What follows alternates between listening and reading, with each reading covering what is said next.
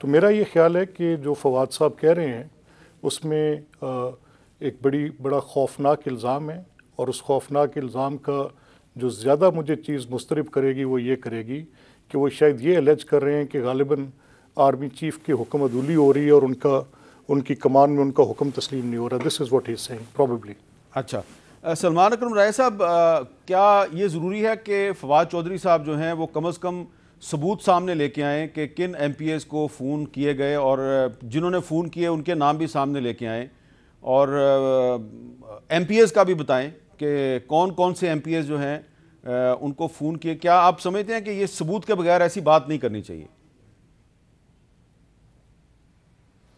دیکھیں، جو آپ نے کلپ سنایا اس سے تو یہ لگا کہ وہ اس بات کو آگے بڑھانا چاہتے ہیں، وہ ملنا چاہتے ہیں آرمی چیف صاحب سے، اور اگر ملاقات ہوگی تو پھر دیکھیں وہ کیا ان کو ثبوت دیتے ہیں، کن لوگوں کے نام بتاتے ہیں جن کو فون آئے. لیکن اس وقت انہوں نے ایک مکالمے کی خواہش کا اظہار کیا ہے. کوئی عدالت میں تو وہ نہیں لے کے گئے معاملہ جہاں وہ اس نوعیت کا ثبوت پیش کریں، لیکن اگر گفتگو ہوتی ہے، مکالمہ ہوتا ہے، تو ظاہر ہے کچھ تو انہیں تفصیلات بتانا ہوں گی. اچھا، تو غور خان صاحب آپ اس پہ کیا کہیں گے کہ اتنا بڑا الزام فواد چودھری صاحب لگا رہے ہیں تو اس کے لیے کوئی ثبوت پیش کرنا ضروری نہیں ہے؟ حامد میر صاحب دیکھیں، اس کا تذکرہ تو بار بار ہوتا رہا ہے، لیکن اگر ابھی اس کی کلپ کو پراپرلی سن لیں تو اس نے یہ نہیں کہا کہ آرمی چیف سے بات کریں گے، کیونکہ آرمی چیف یا آرمی کی طرف سے کوئی بریگیڈیئر میجر جنرل کوئی فون کال کر رہے ہیں. ان کا کہنا یہی تھا کہ دیکھیں آرمی کی چیف آف آرمی سٹاف نے یہ بڑا کیٹیگوریکلی کہا ہے کہ ادارہ اب نیوٹرل ہے اور نیوٹرل ہی رہے گا.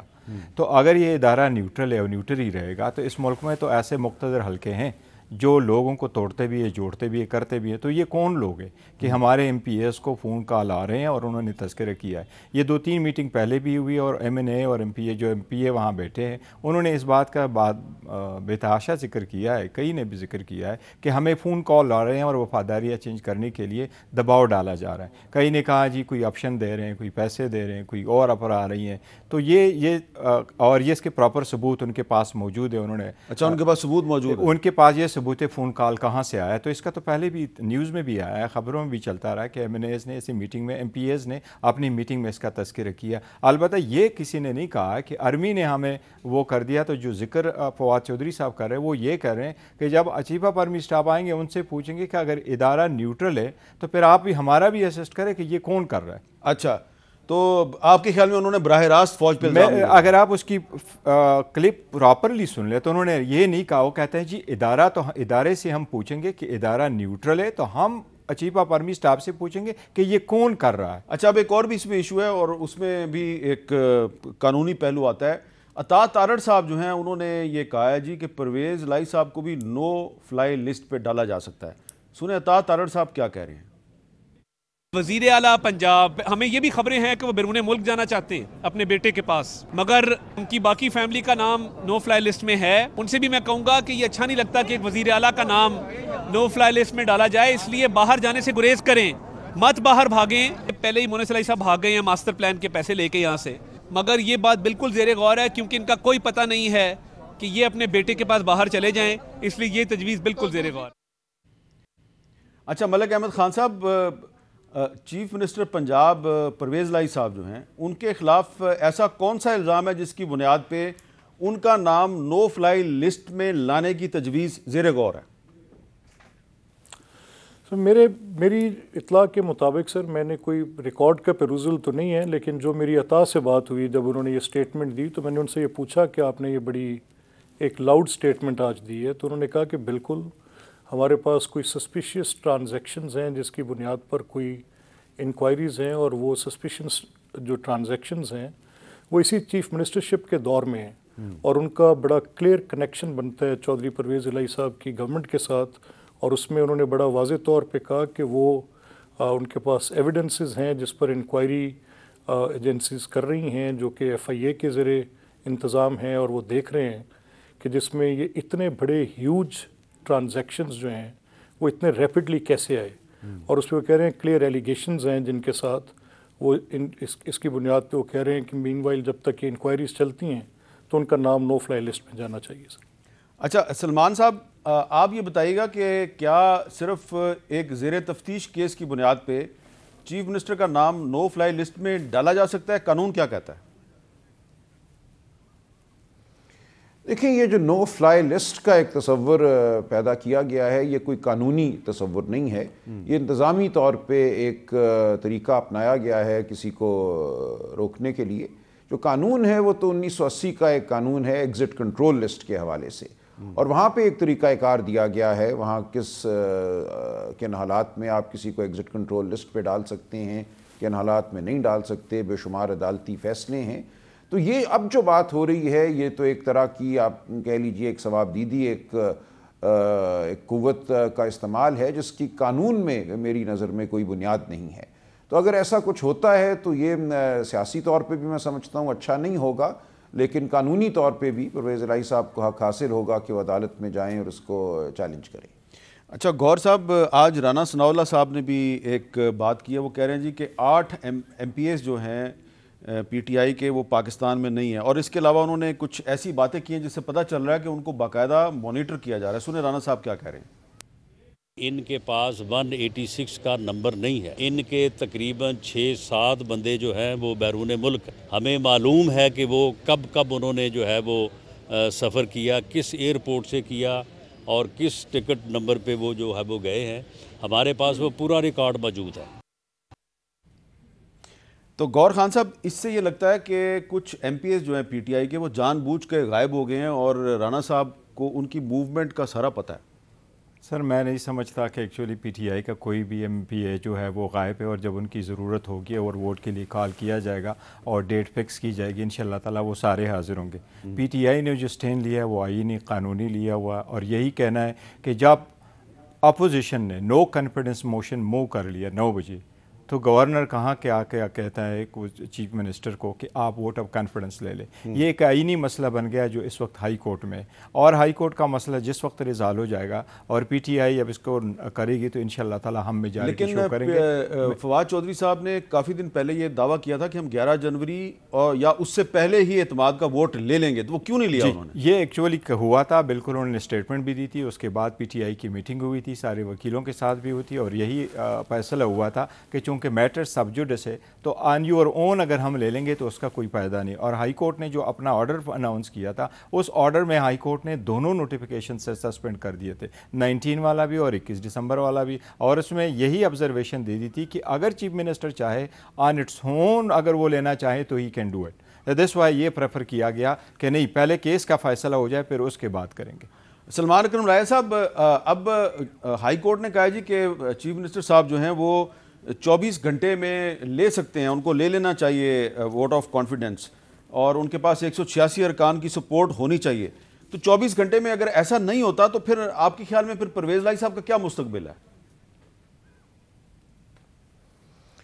دیکھیں، اگر تو اس مفروضے پہ ہم چلیں کہ 24 گھنٹوں میں ان کو اعتماد کا ووٹ لینا ہے، اور مزید یہ ہم مفروضہ قائم کریں کہ ان کو 186 ممبران کی حمایت حاصل نہیں ہوگی، تو اس صورت میں وہ وزیر اعلیٰ نہیں رہیں گے، اور پھر اگلا قدم یہ ہوگا کہ وزارت اعلیٰ کے لیے ایک الیکشن کرانا ہوگا تاکہ نئے وزیر اعلیٰ کا انتخاب ہو، اور اس صورت میں آئین ہمارا یہ کہتا ہے کہ جو پہلا راؤنڈ ہے اس میں وہ شخص وزیر اعلیٰ منتخب ہوگا جو کم از کم میجورٹی آف دا ہاؤس جو ہے اس کے ووٹ حاصل کر لے۔ اگر مکمل تعداد جو ہے ممبران کی 371 ہے تو صورت میں 186 ووٹ چاہیے ہوں گے، لیکن اگر کوئی بھی فریق 186 ووٹ حاصل نہیں کر سکتا تو پھر ایک دوسرے راؤنڈ کا الیکشن ہوگا، ایک رن آف الیکشن جسے کہتے ہیں۔ اس میں پھر ضروری نہیں ہے کہ 186 ووٹ ہوں، اس الیکشن میں جو فریق بھی زیادہ ووٹ حاصل کرے گا وہ جیت جائے گا۔